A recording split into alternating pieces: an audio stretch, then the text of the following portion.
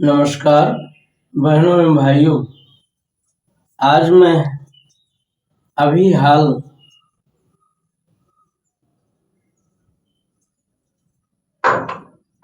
संशोधित हुए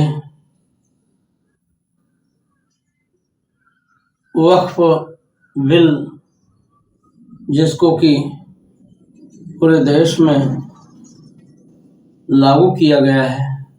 उस पर अपना विचार देना चाहता हूँ।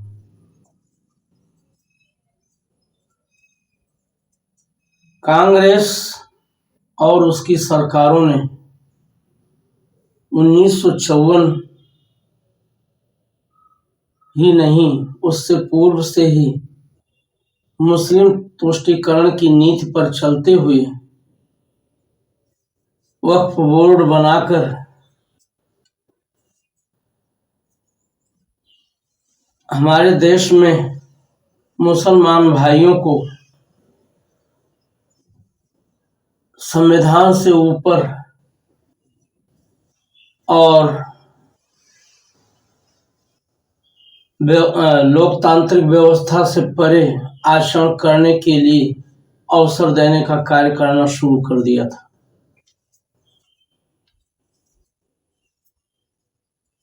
अन्यथा हमारे देश में वक्फ बोर्ड की कोई जरूरत नहीं थी। यहाँ तो स्वतंत्रता प्राप्ति के बाद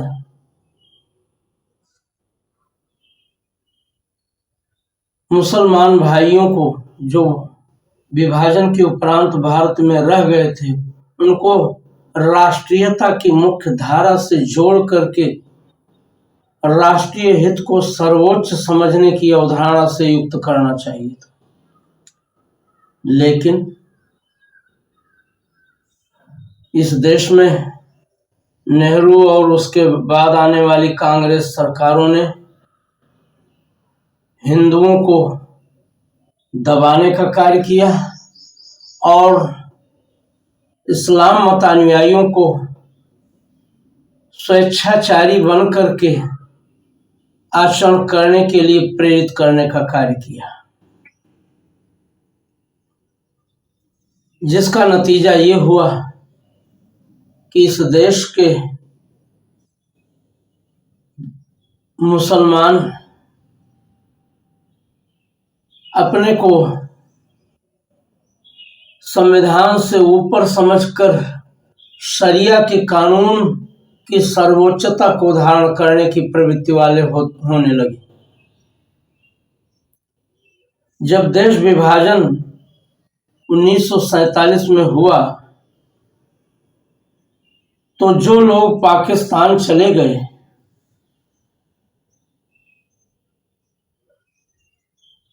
वे पाकिस्तान चले गए, लेकिन शेष मुसलमान जो भारत में रह गए, उन्हें अगर राष्ट्रीयता की मुख्य धारा से सम्मिलित करने का कार्य किया गया होता, उससे युक्त करने का कार्य किया गया होता और उन्हें यह संदेश दिया गया होता, उन्हें यह शिक्षा दी गई होती कि यह देश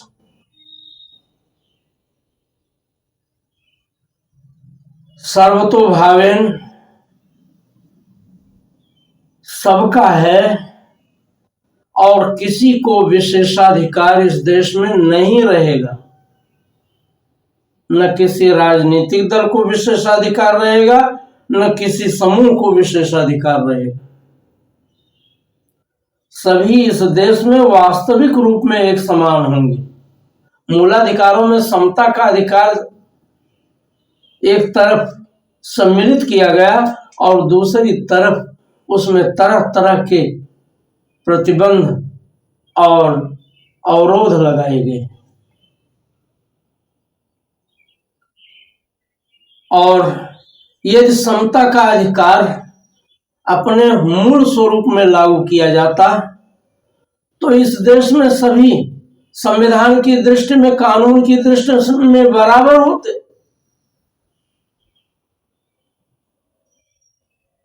कोई अपने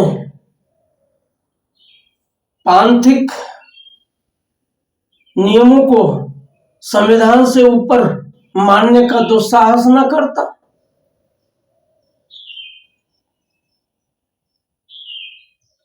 लेकिन ऐसा नहीं हुआ। गांधी जी और नेहरू जी, ये दोनों ही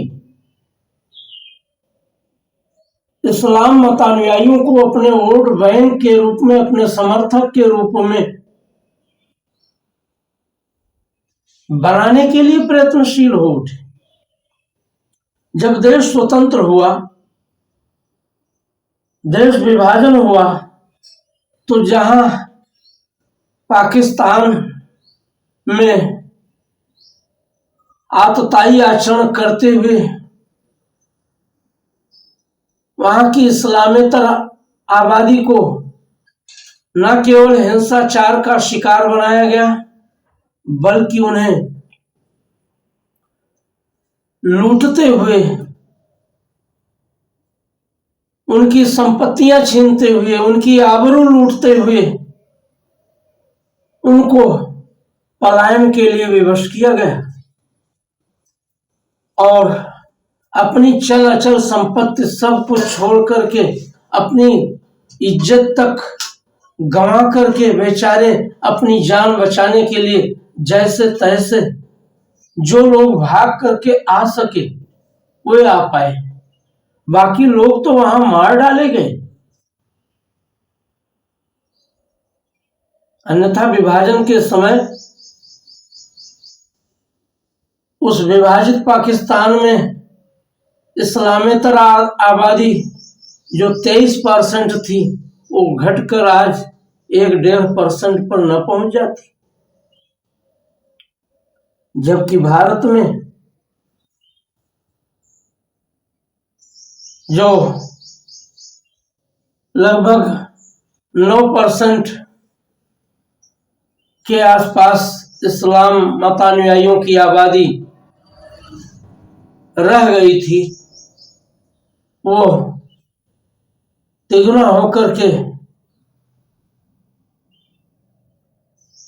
20-25% के पास न पहुंच जाती और आज भी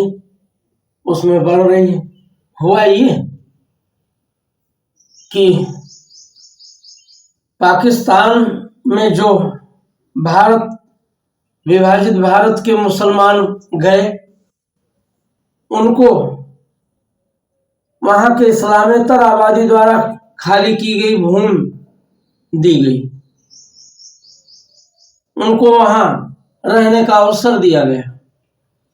जबकि उसका उल्टा भारत में नेहरू सरकार ने यह किया कि जो इस्लाम मतानुयायी पाकिस्तान गए थे, उनकी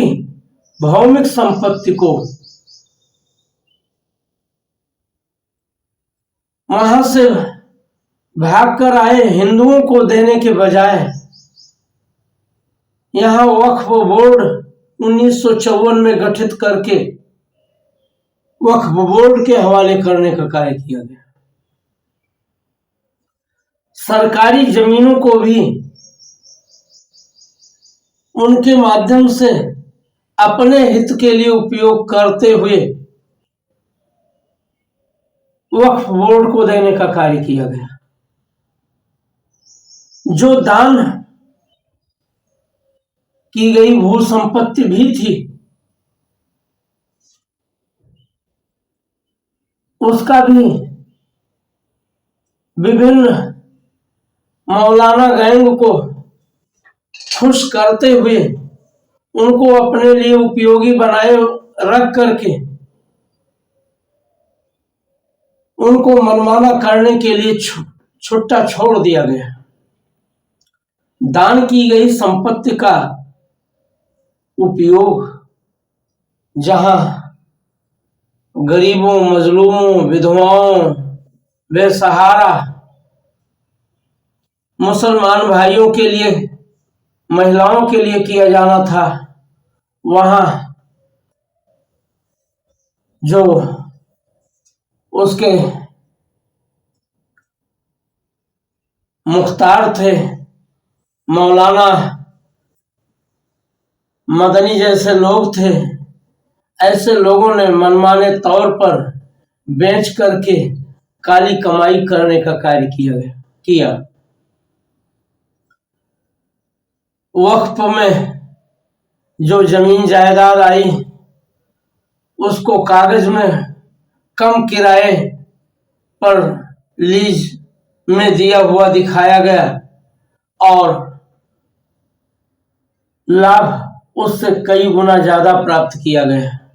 वो ऐसे ही लोगों के द्वारा किया गया। आज जब ऐसे वक्फ बिल में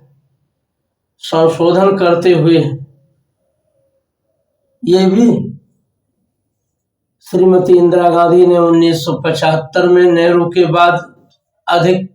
सशक्त बनाने का कार्य किया। फिर रही सही कसर मुस्लिम पर्सनल लॉ बोर्ड गठित करके राजीव गांधी ने, और मनमोहन सरकार में वक्फ बोर्ड को और अधिक अधिकार और उनको मनमाना आचरण करने के लिए उन्मुक्त अधिकार देने की दृष्टि से 2013 में 1995 में नरसिंह राव की कांग्रेस सरकार द्वारा और 2013 में मनमोहन सरकार द्वारा संविधान संशोधन करके, कानून में संशोधन करके उन्हें स्वेच्छाचारी वक्फ बोर्ड को और मुस्लिम पर्सनल लॉ बोर्ड को स्वेच्छाचारी बनने के लिए छोड़ दिया गया और उसके विपरीत हिंदुओं को तरह तरह के प्रतिबंधों से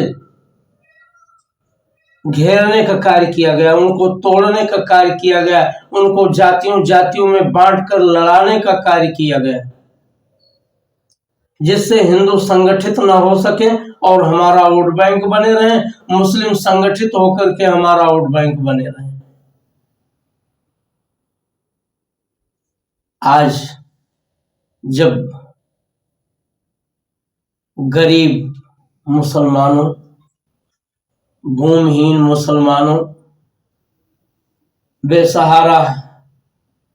परित्यक्ता मुस्लिम महिलाओं,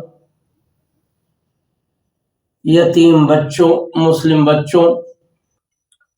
के संरक्षण की दृष्टि से वक्फ की गई भू संपत्ति और दूसरी संपत्ति से होने वाले लाभ को उनकी शिक्षा के लिए, उनकी आर्थिक उन्नति के लिए, उनको बसेरा देने के लिए, उनको उपयुक्त अधिकार प्राप्त निवास स्थान देने के लिए कानून में संशोधन किया गया। वक्फ संशोधन बिल ला करके तो कांग्रेस और उसके सहयोगी दलों की चूलें इस तरह से हिलने लगी हैं, वे सभी मुसलमान भाइयों को झूठा आरोप मढ़ करके गुमराह करने में लगे हुए हैं। जैसे सीएए कानून के बनने के अवसर पर शाहीन बाग का दुष्कांड मुस्लिम भाइयों को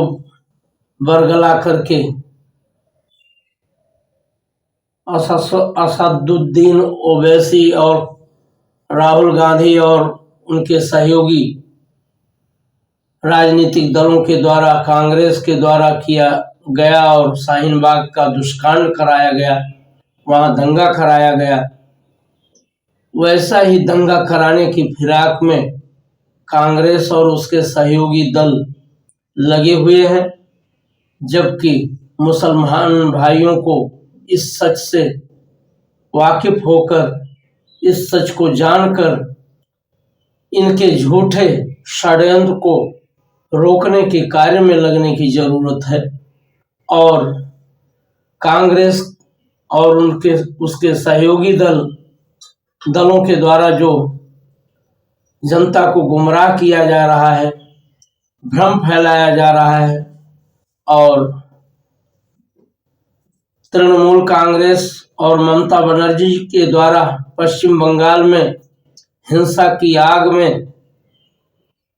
जनता को झोंक करके, मुसलमानों को उग्र बना करके हिंदुओं को प्रताड़ित करने का कार्य किया जा रहा है। इसको बेनकाब करके उस सच को मुसलमान भाइयों तक पहुंचाने का कार्य उन समझदार मुसलमानों को करने की जरूरत है, जो उस तथाकथित मौलाना गैंग